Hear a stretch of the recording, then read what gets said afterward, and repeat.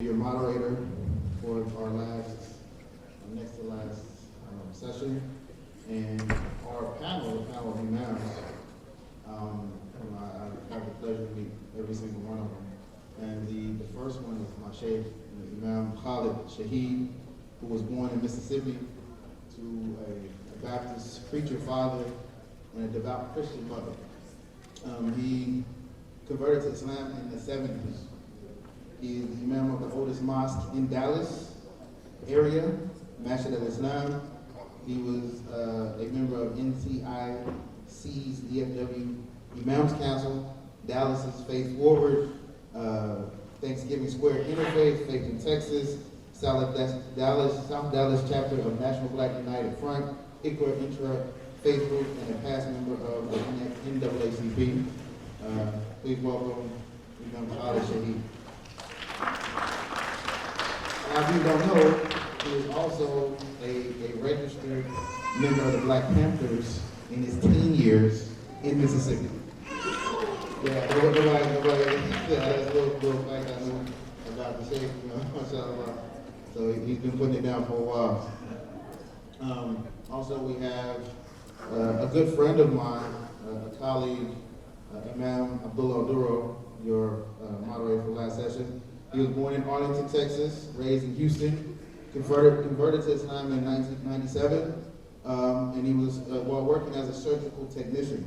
He graduated from the University of Medina from the Faculty of Sharia and Islamic Law in 2007.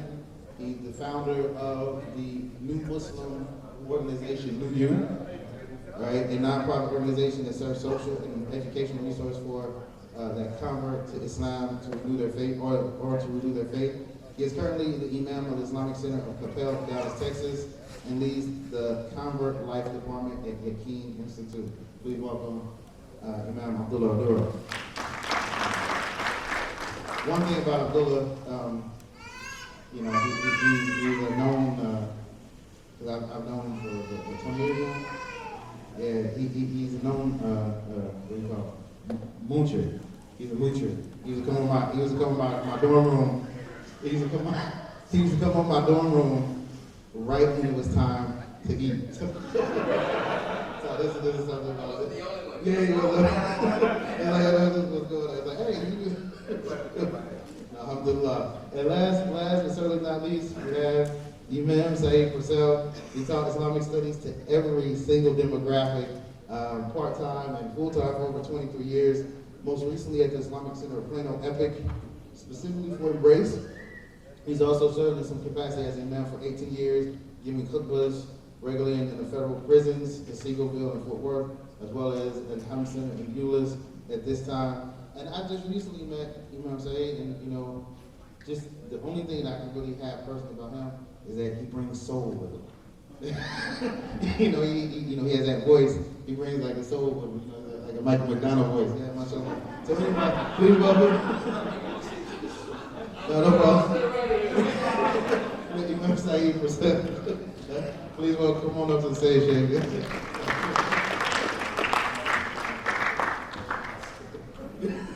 I don't know. So, just to lighten the mood just a little bit. Alhamdulillah. One of the things that we have in this session, this topic, this panel session is called the way forward. And one of the things that we notice in Islam is that the motif or the concept of path is all throughout our Islamic texts and so on and so forth. And so this is the one that we kind of look and pay attention to, is that way forward, the way to the path, the guidance. And one of the things that we know is that navigating that path can be pretty difficult and frightening. And so this is why we have our Islamic leadership up here, all imams and religious leaders here locally to kind of enlighten us with that way. One of the things that I want to kind of set forward is that when we look at the Medinite model, one of the things that we have in the Medinite model of building community and establishing community is that first and foremost it was principle based. it was principle-based or based off of values. This is one of the things that when the Prophet ﷺ came, he came to Medina and he established those principles, he established those values, and those were the fundamentals of establishing of that community. Number two is that, and this is kind of what the whole conference is centered around, is that it was solution-based. They would always look to kind of figure out an answer to a problem. An answer to a problem, whatever thing that was there at that time, whether it was the people in Mecca trying to come after them, whether it was the situation of the locals in Medina trying to disrupt the system. Everything that they did was basically, it was a solution-oriented type of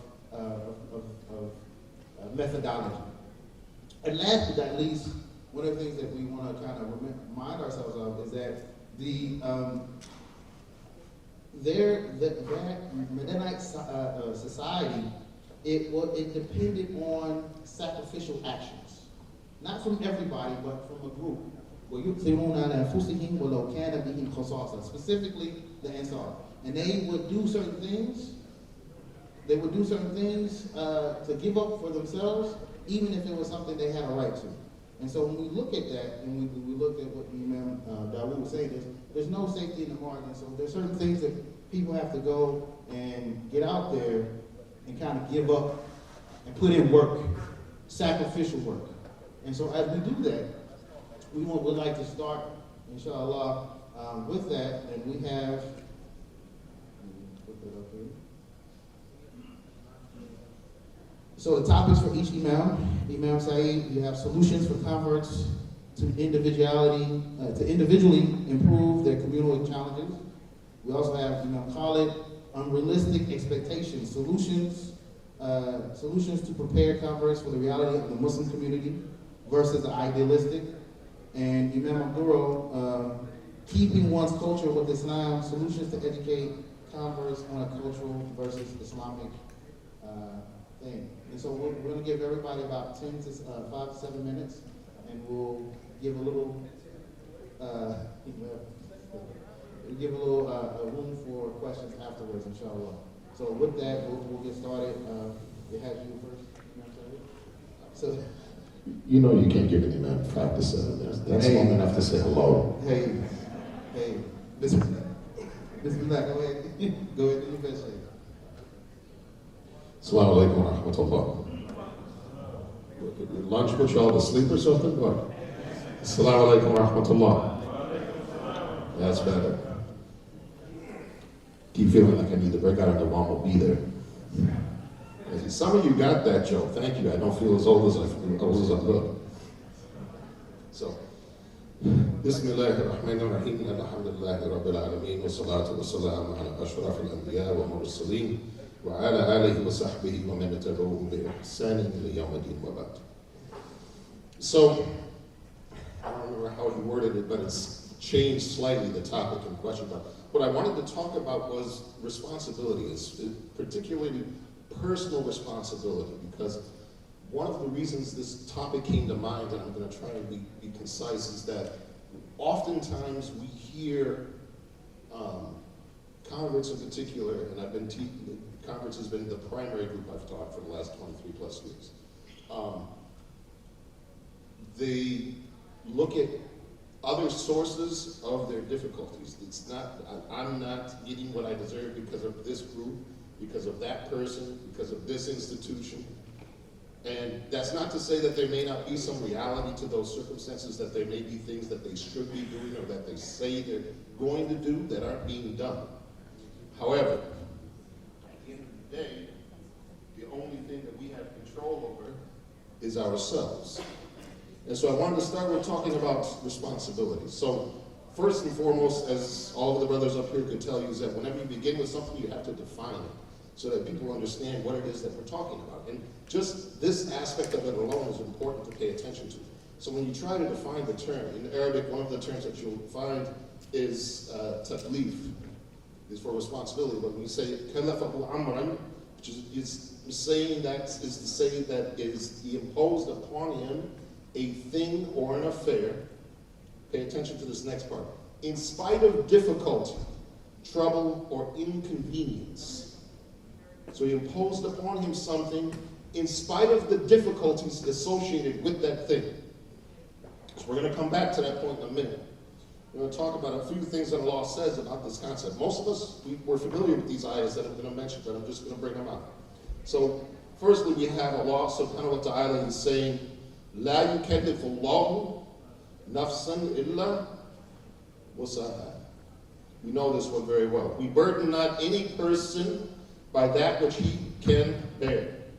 In other words, we don't overburden anybody with something that's beyond their capacity.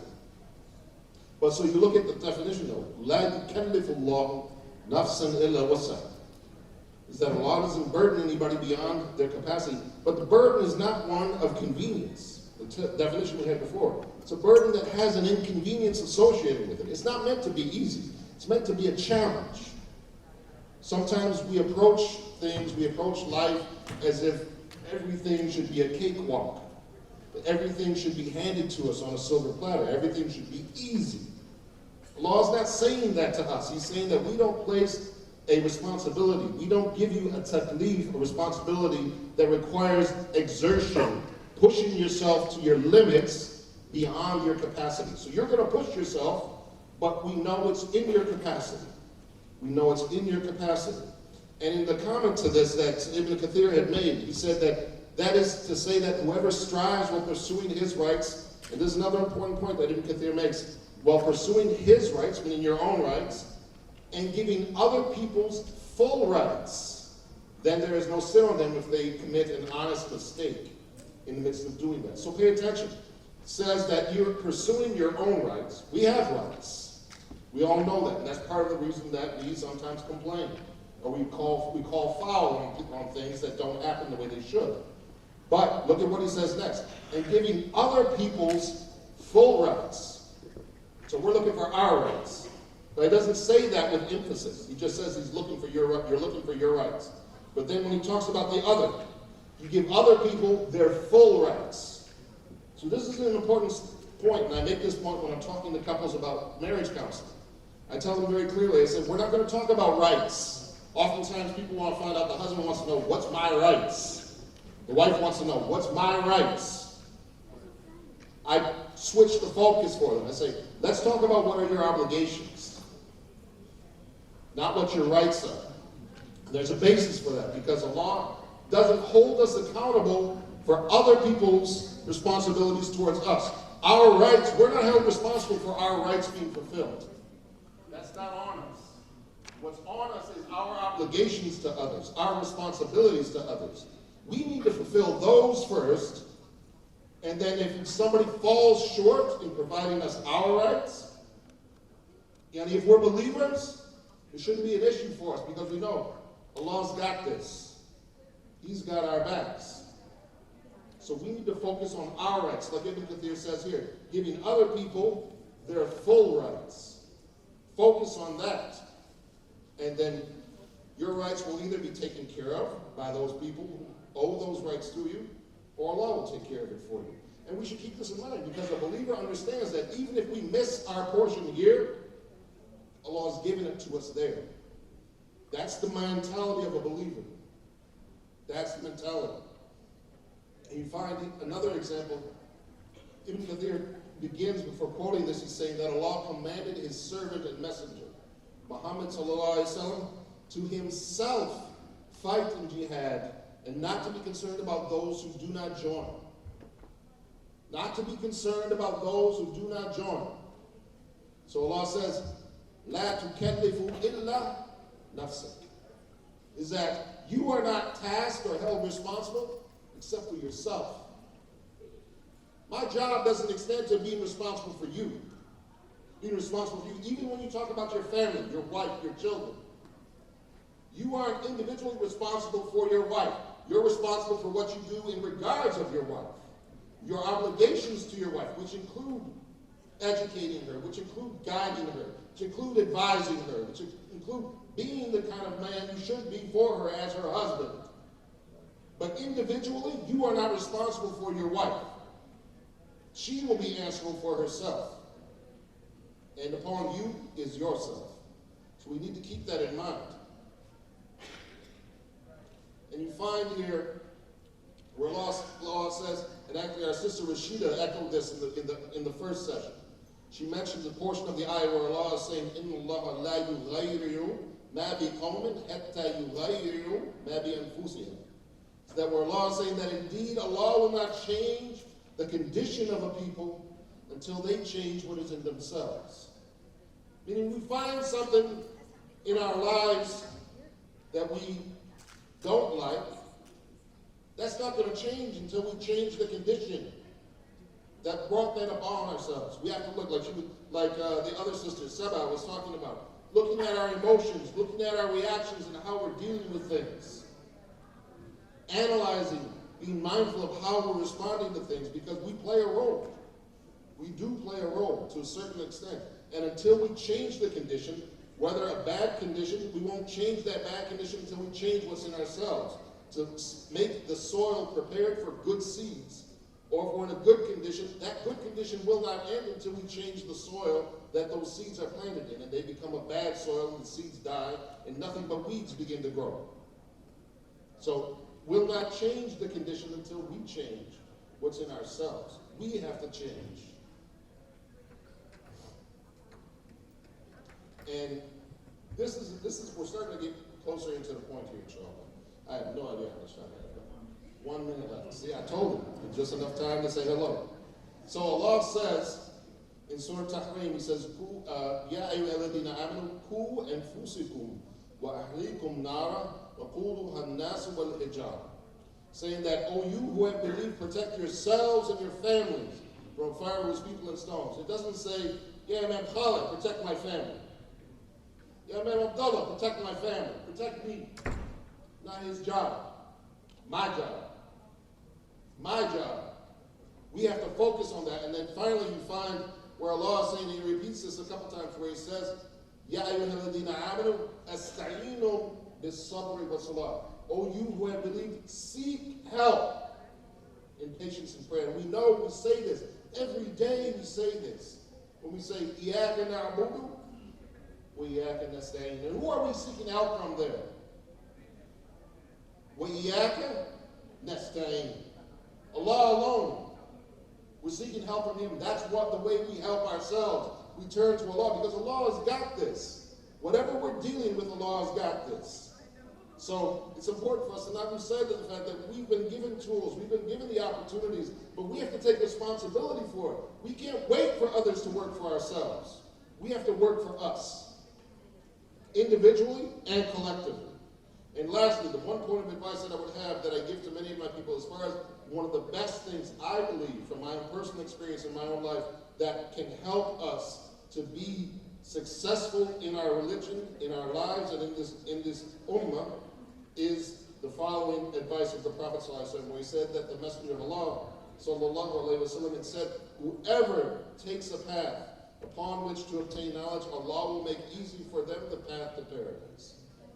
You want to have the life you lead to be easier, to be more facilitated for you? That path to knowledge is the means, both in a worldly sense and in an afterlife sense. In a worldly sense, you become firmly grounded in your deen. You don't need to rely on somebody else because you decided to take seriously your deen and to actually not to go for YouTube lectures, YouTube sheikhs, and just 5-minute, 10-minute lectures or something like that. Do like these brothers have done here. Take the seriousness with learning your deen, sitting at the feet of scholars who can benefit you, studying the books that have formed the foundation of this ummah for over 1,400 years, really understanding your deen. Then the seriousness of your deen will not be in question. And even if it is, you should know then that I did my part. I don't need to make them accept me. I don't need their acceptance. The Prophet told us that when he loves somebody, he announces it in the heavens and he says to Jibreel, "I love this person, so love them." And when Jibreel loves them, he tells the rest of the heavens, "Allah loves this person, so love them." And when the rest of the heavens know it, then that whole feeling of love descends into the dunya, and the dunya has nothing but love and acceptance for that person. Because you didn't focus on them. You didn't focus on what they can do for you. You focus on what he can do. And he can do everything. That's where our focus needs to be. And then we take the tools that have been given to us. They're there. When I was coming up, and I'll end on this. I know I'm over by now. And I'll end on this. When I was coming up, I've been Muslim for over 26 years. Alhamdulillah. So I became Muslim in 1993. January 1st, actually, 1993. It was a dream. But at that time, the number of books available in English was small in comparison. The number of videos you could find on anything Islamic, that's hardly even worthy speaking about. The DVDs wasn't even a thing for us really back then. It was all on VHS. Anybody remember VHS? Oh, there we go. I don't feel that old anymore. Good. So that was all that you had. But even in that circumstance, you could look for the knowledge. You could find the information. You could learn your deen. We're in an era of internet and connectedness worldwide. You have no excuse to not learn, even from the greatest scholars in the farthest corners of the Muslim world. You can virtually sit at their feet and learn from them. You have no excuse. You have only to make up your minds to do it. I encourage you to do it. Assalamu alaikum wa rahmatullah. Just to recap for questions, you know what I'm saying? He talked about taking on the challenge of responsibility, knowing that it's hard. You know, quote Spider-Man, with great power comes great responsibility. You know, hey, it works. And as a new Muslim, that we need to kind of build that self-confidence and kind of that self-worth, as was talked about before, and kind of do you. You know, kind of do you in as far as that's concerned. And then last but not least, you know, put in that work. Put in that work to get to where we need to be. And so with that, inshallah, we'll open up the floor for a couple minutes, a few minutes, because we went over time, to questions. We'll open up the floor to questions. Yes, sir.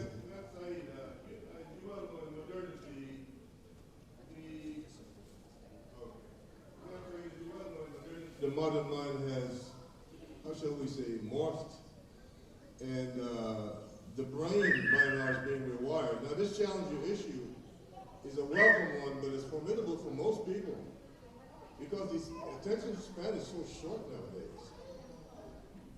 So, I mean, how do you fashion something for that kind of mind?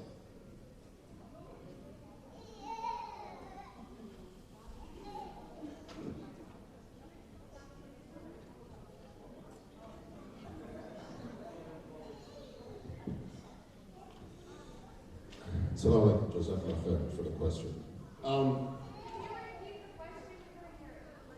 Essentially, he was saying that in the modern era, the mindset of individuals has changed so much where the attention spans are so short, and how do you craft some appeal to them, etc. My answer is going to be very different than many people. The short answer is, I don't think you do. You can't. To be perfectly blunt, I don't believe you can. This deen was carried for 1,400 years because of people who spent years of their lives learning the fundamentals of their religion. You can't shortcut these issues. You have to, and what it is you have to change the mindset. And here's the thing, I understand what you're saying, and I don't disagree entirely. But this is the issue that I see, is that if you really look at most people, in general, yes, attention spans seem to be a tad bit shorter because we've gotten used to consumption in bite-sized chunks.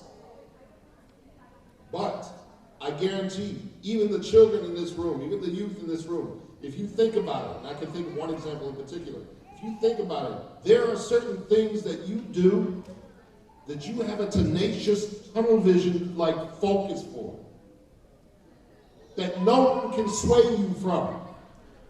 So while it's true that bite-sized chunks has become the overwhelming majority, we still have that ability to focus.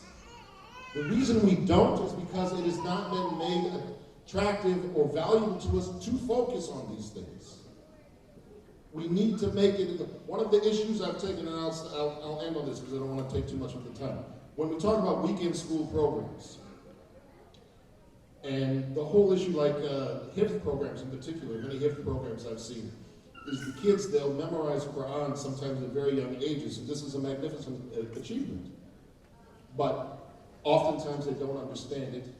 Many times they don't value it, because if you look at them out in the parks or outside in the masjid sometimes, and you observe their behavior is completely anti-Quran. Their language they use is very un-Quranic. And so the message, no matter how much of it they memorized, didn't descend into the heart because they didn't attach any value to it. This was a goal that was assigned to them, and they achieved so as to prevent the consequences of not achieving the goal, but it has no value to them at all. None. That's why you'll find many of the converts in the room here, we have about a modicum of knowledge in comparison to many of these youth. But when we speak with passion. When we talk with fire. Because no matter how small what we grasped was, it descended into our hearts. It took root, it changed us, and it transformed our lives, going through all of these steps that Sister Sepa was talking about. These challenges that we went through in asserting an identity, a new identity. And that's what they need. That's what the youth, the adults, all of us, that's what we need. We need to value this knowledge. Some of you know this statement. Many of the people from overseas, they know this statement. They talk about if your kid is good in school, they'll be an engineer, or they'll be a doctor, or they'll be a lawyer, or this or that. If their grades aren't so good, send them to Sharia. Wallahi, this is the attitude. You send your worst students to the most important subject, and your best students to the most mundane. We have to change this attitude. We have to change this approach. Belong to our life.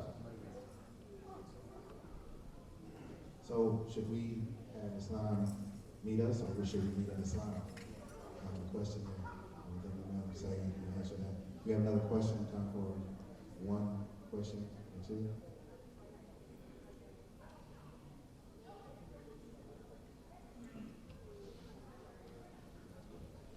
Here we go. The mic's coming to you.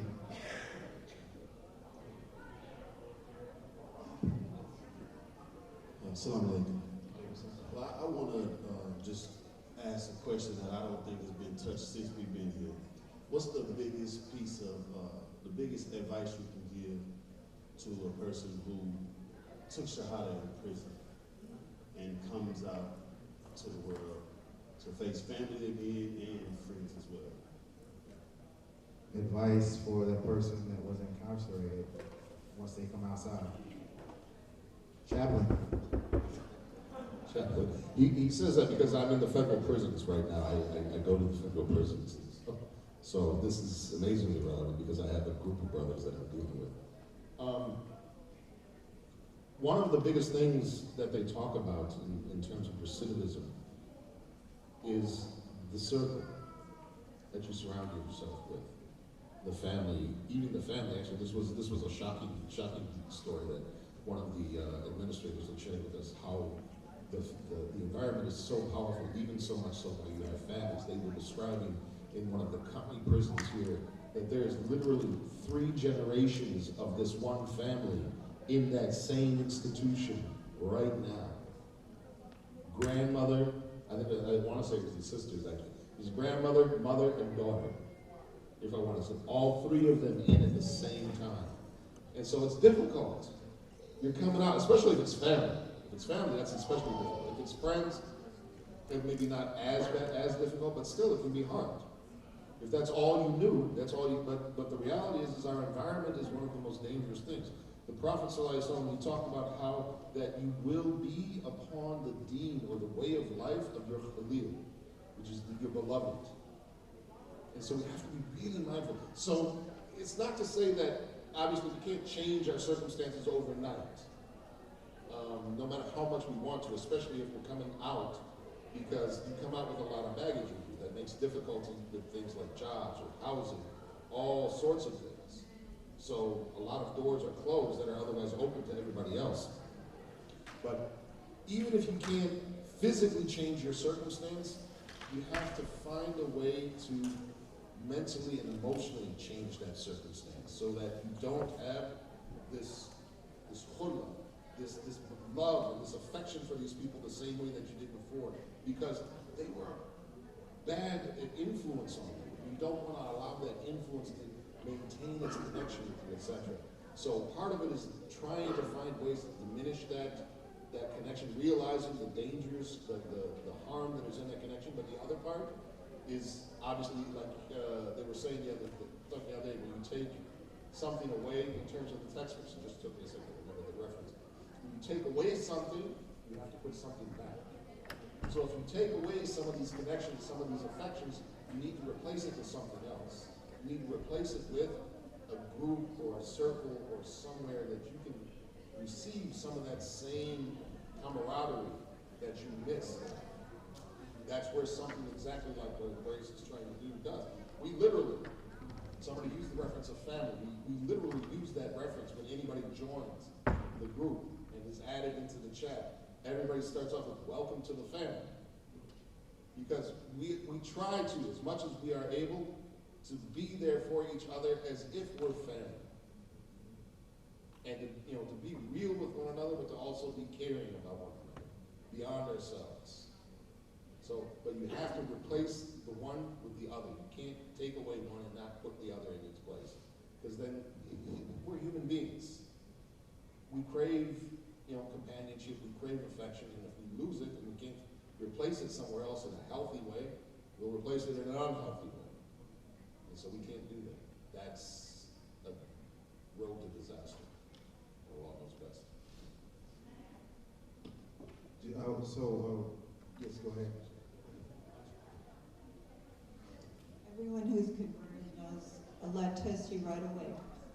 As soon as you take Shahada, those tests are coming, and be prepared.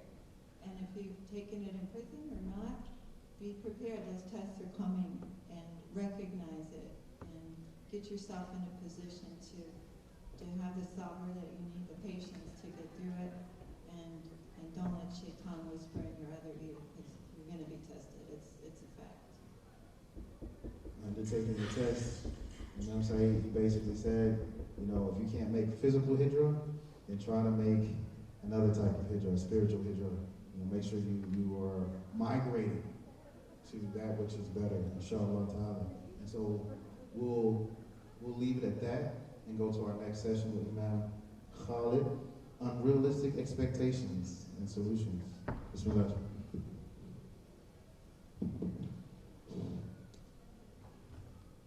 Assalamu alaikum. Bismillahir Rahmanir Rahim. Alhamdulillah Rabbil Alameen.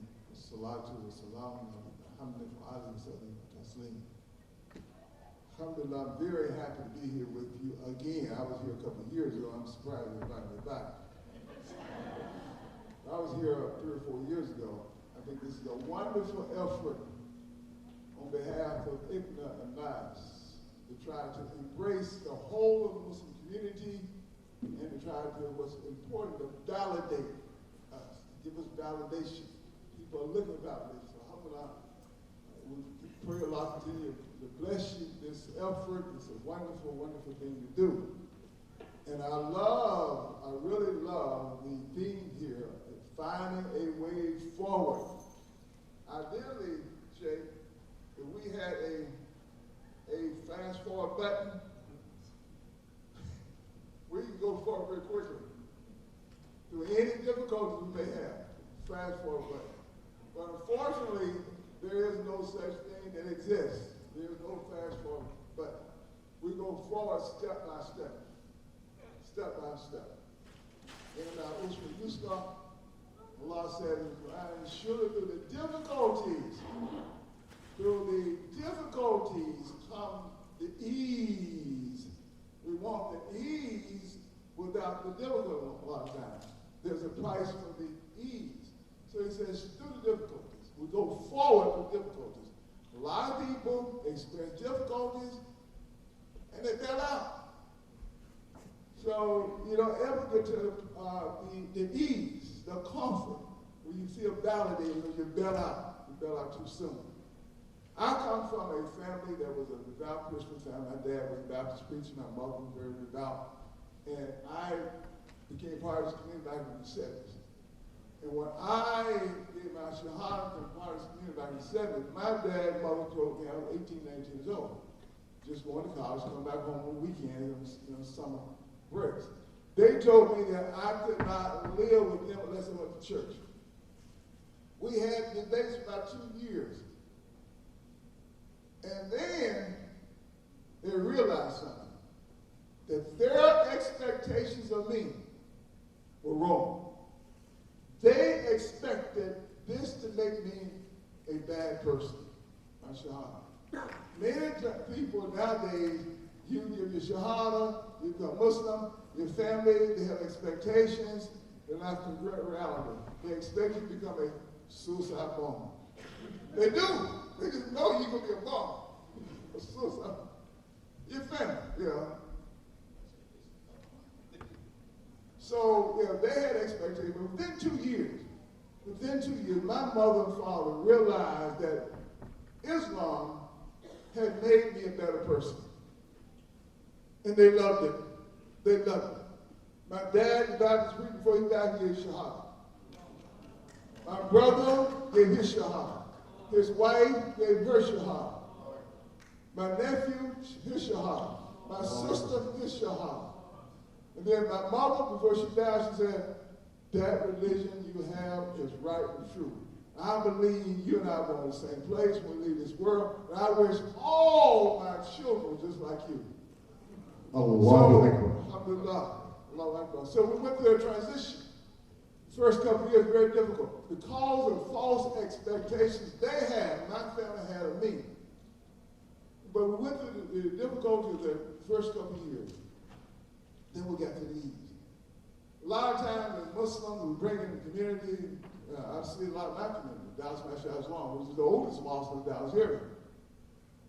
We have people give shahada, they come in with these expectations that are not really congruent with the reality of the situation. They come in expecting, since the masjid is the house of Allah, house of God, they come in expecting everybody to be a saint. Really do. Everybody be perfect. This is a place of God. They come in expecting everybody to be perfect, everybody to be a saint. And then they realize others have problems just like them. They're shocked.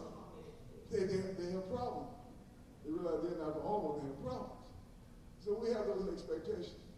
And a lot of times we experience that. We come in with these expectations, we experience that, it's a setback for us.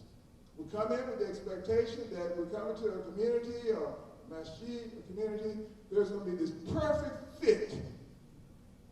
Perfect fit. And we run into things, cultural things, that we didn't expect. Different kinds of culture, Turkish culture, the Arab culture, Pakistani culture, whatever. And it's not a good fit for us. And we become isolated and we withdraw. I know a sister, a lady, several years ago. She gave a shahada. This is a true story. Gave a shahada, came out of Masjid maybe 1 or 2 times. She left, she moved somewhere else. And I talked to her on the phone a year later. And she told me, she said, ma'am, she said, I've been going to these different masjids and I just don't feel comfortable. I feel isolated. She said, this is her word. She said, she used the word fellowship. There's no fellowship with these masjids. She said, I'm isolated in these masjids. She's an Anglo lady. She's Anglo. She said, I feel isolated in these masjids, and I feel isolated in my family. So she quit. She said, I don't go to any masjid now. I just stopped going out and just doing my own thing. I told her, I said, look, I said, when you get to that point, this goes for any of us. where you feel that vulnerable that you need to migrate. Masters are not all the same. There are some cultural differences in masters, and that's okay. There are cultural differences in masters. So you find one that fits your culture, doesn't present problems for you in terms of your culture. Yeah. So you migrate to a master. People think, well, I'm really supposed to be all in name. Having cultural differences does not mean that you're not unanimous. Unity is not synonymous with uniformity. Uniformity is something quite different. Unity is when you have differences come together, different cultures come together. Uniformity is sameness. So you can have different cultures and still have unity. So I tell you, if that's presenting a problem, you find one where you don't experience those problems in terms of your culture. So what I do with New Charlotte and my master, I make it a point.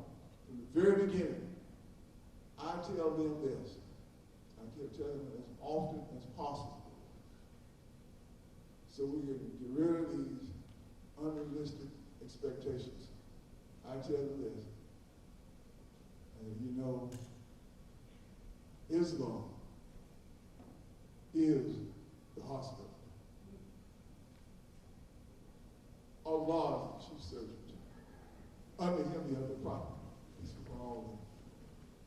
For all of us Muslims, this shape, me, you, all these Muslims here, your patience.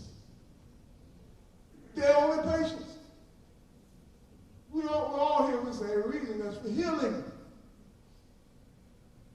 So when you see someone doing or acting in a way you did not expect them to act, or they didn't meet your expectation, realize that they are patients and that the perfection is indeed.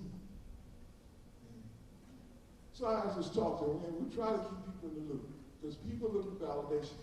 They come in, they want validation, they want to feel accepted, they have their support.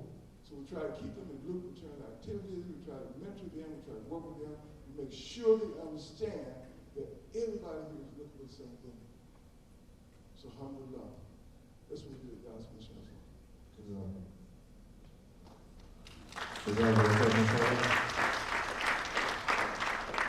Just real quickly, the Imam, we talked about paying the price for ease through hardship. Paying the price for ease through hardship. Understanding that, let's get our reality, our expectations in check. Know that if we have those lowered expectations, we end up isolating ourselves. It's a problem, and that the lone sheep will get eaten by that wolf. And the Imam, he talked a lot about our next speaker is talking about as far as culture is concerned. He said, uniformity does not equal unity. Wow. Wow. So we're gonna just maybe take a question or two real quickly, if we have any. Yes, ma'am. It's not really a question, but to all the sisters here, I really just want to say, because I was one of those Muslims when I took Shahada, I thought it was, these people are going to be perfect and be welcoming. And it wasn't like that. And I realized we were all human. And as women, I think the brothers accept and salam each other more often at any masjid that I go to than the women do. We go in, you see a new face and you don't say anything. We walk right past each other and we don't say assalamu alaikum, at the least. And as a Muslim, we have to stop doing that to each other, because if you don't know that sister or anything, that's the least you can say and smile to each other. We can at least start there. That's all I would like to say. Jazakallah khair. Ifshul salam. I agree 150% with that statement. What I do as the leader of our masjid, I try to set the tone in our community. I tell them that just to smile at another Muslim, to is so important. People look for validation. When people do not feel like they're validated, they leave. Then isolation sets in. We want validation. Validation means that you are accepted, you are supported, and that everything's okay with you. People look for validation. The best way to show validation is to smile and talk candidly to people and be friendly. Ifshu Salam gives a salam. The charity is a smile, inshallah. We have a question or? I just wanted to make a quick comment. I know that as leaders, you guys try to say, hey, this isn't, you can't put expectations on everybody else. But I wanted to ask you, or make a point as, a fresher convert than some of you guys, of reminding the people that go through your masjid, you do this for Allah first. The people, we ask for stuff, like we're saying astaghfirullah constantly throughout our salah, every single day. You should have zero expectation from people and full expectation that Allah is going to put you where you belong, in the community that you belong. And that's what Embrace is about, right? But I hear a lot of people saying, hey, sugarcoating it a lot. We come into Islam expecting community, and I think that as leaders, you should tell them, hey, the community you have is Allah first, not these people at all. Allah's going to place in your path the people that need to be in your path, whether they're born Muslims or converts or not even Muslims at all, right? But whenever you go and you're in front of a crowd, say, hey, I'm sorry you didn't get the community that you want. You have a community that you have whenever you have Allah. At all times, every time, whenever you're alone, when you're in front of people, Allah's going to take care of you, no matter if, and if not, somebody gives you salam or not. You know what I mean? And as converts, guys, if that person doesn't say salam, we can go say salam to them. We shouldn't have expectations that they're going to come and say salam to us. Whenever we convert it for the sake of Allah, we go give them salam. We go give them the benefit of the doubt because they have to do their salah the same way that we do our salah. And that is what is supposed to be the unifying factor in Islam, because Islam doesn't see communities, Islam doesn't see culture. Islam sees a person, and that person with Allah, because at the end of the day, our judgment is with Allah. We don't have to go ahead, but understanding, like Imam Khalid said, I'm not the only patient in the hospital. I'm not the only patient in the hospital. And that's going to be our segue. And we have a question over here, but we're really short on time. So let's get our Imam Abdullah Oduro, keeping one culture with Islam. And you had a question? We'll make sure you have the first one when we go. Keeping one's culture with Islam. Bismillah.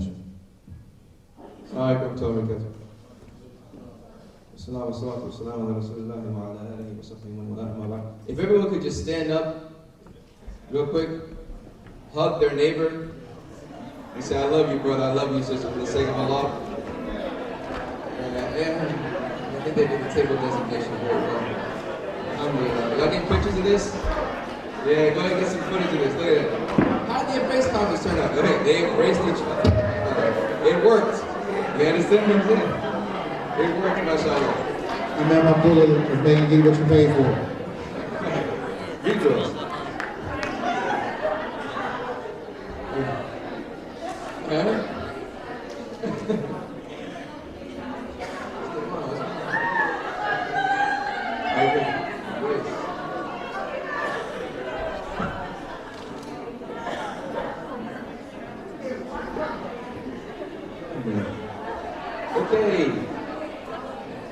All right. Abdullah lecture, take one. Yes. All right, mashallah, this is working, guys. This is where we're here. You see some sisters going to all the tables, man. This is great. Hey, I'm not mad at you. No, this is good, mashallah. I hope, as the Prophet said, Sallim ala man ta'arifu man la ta'arif. So give salams. He also said, Afshu salam bainakum. something that will increase the love between brothers and sisters is spreading the salams amongst yourself. And he also said, give salams to those whom you know and you don't know. And salamu alaikum in and of itself is a prayer for the person. Peace be upon you. You heard that from Malcolm, Malik al-Shabazz, rahimahullah ta'ala. Peace be upon you. So you're praying for the person. You know, it's just to be conscious of that. So alhamdulillah, now that we've rejuvenated our nervous system and kind of got up a little and hugged each other, and mashallah, as they say, the smile is the only crooked thing that makes everything straight. So alhamdulillah, so we straight now, right? Alhamdulillah, we're going to leave straight. That's good. It's good. Alhamdulillah. When you hear these two words, culture and Islam, a lot of times when coming into Islam, it may be an oxymoron. It may be that one is an antonym of the other, or one has the total different implication of the other. But what's important is, as I was drinking this water, I saw the Ozarka on, and I said, let me take this off. And I said, you know what? When we look at culture in Islam, is this bottle half empty or half full? Let's start from the sister side. Half full? It looks half empty to me. Yes, ma'am. It doesn't matter if the bottle's got water in it. Be out for 2 minutes. Whoa. That's how I look at it. It's not Okay. is the bottle half full or is the bottle half empty. I'm thirsty. It's not water. So we drink it to make it all the way empty. And then you fill it up again. And then you reuse the cycle. Yeah. That was a half full answer. You understand? That was great. Brothers, half empty or half full?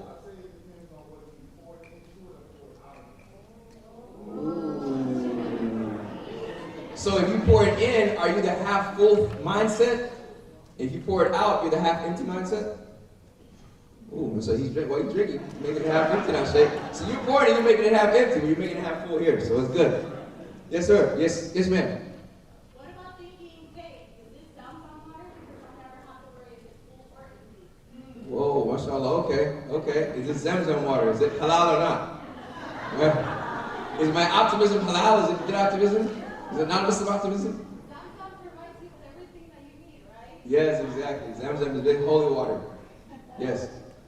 So we're looking at culture versus Islam exactly. Versus Islam, versus that word needs to be revisited. A lot of times when we come into Islam, whether through marriage, whether, our Muslim, I come into Islam because of my Muslim boyfriend. I come into Islam because of my Muslim girlfriend. And let's be honest, I came into Islam because of her. That's fine. Initially, I came into Islam because of him. That's fine. You see what happened with the Prophet ﷺ's daughter, Zainab. It's a human reality. And this is what we have to embrace. This is what we have to? We have to embrace it. The human side of things.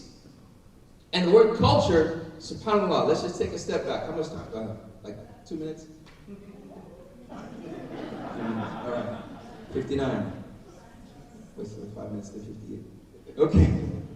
So we have to understand there's something called the fitra. The fitra. Everyone, sisters, say it. Brothers. MashaAllah. MashaAllah. It's almost as deep as yours.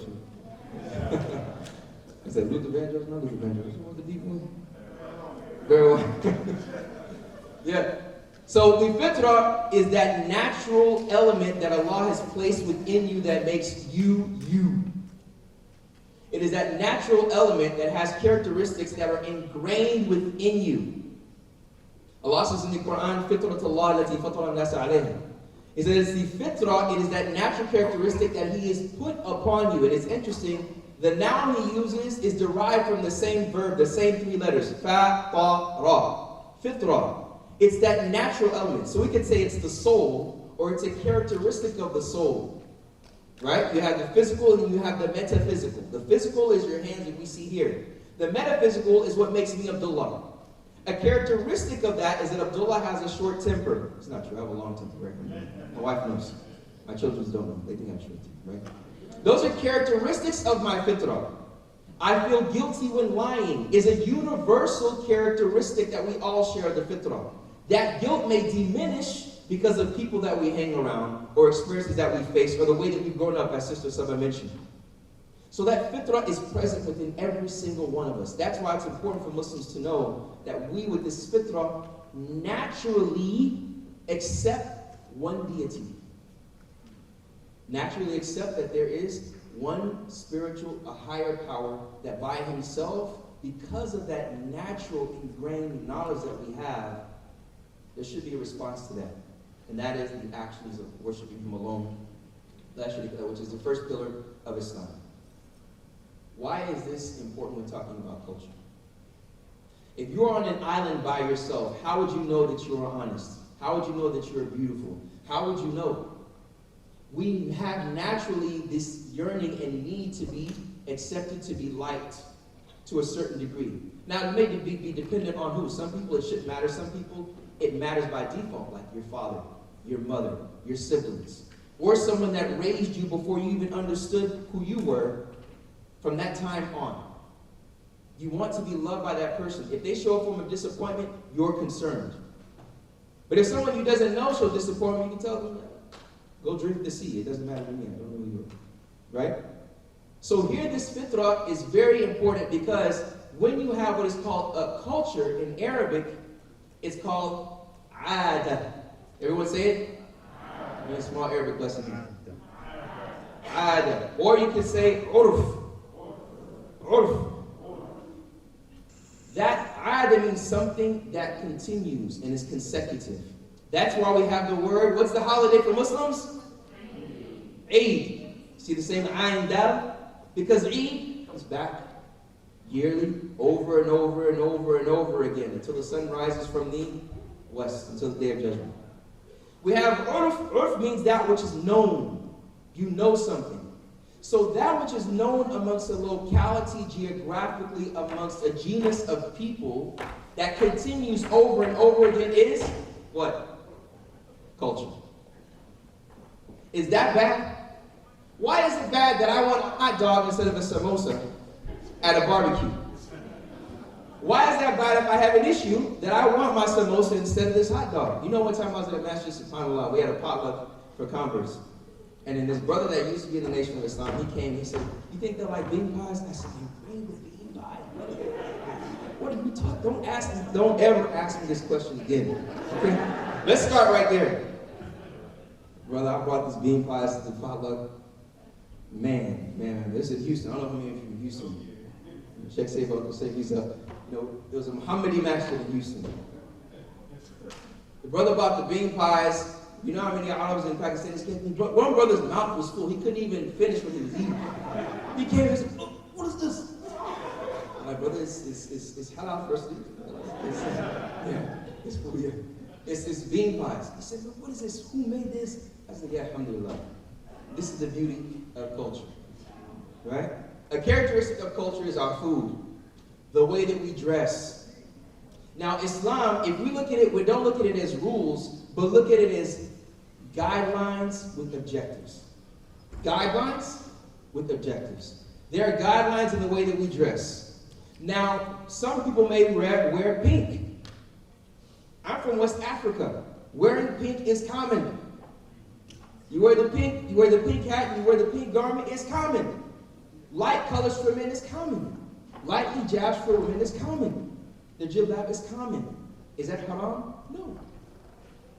There are guidelines though, meaning that it should be loose, meaning that it's not revealing, something that your husband most likely would not want you to be seen in most likely.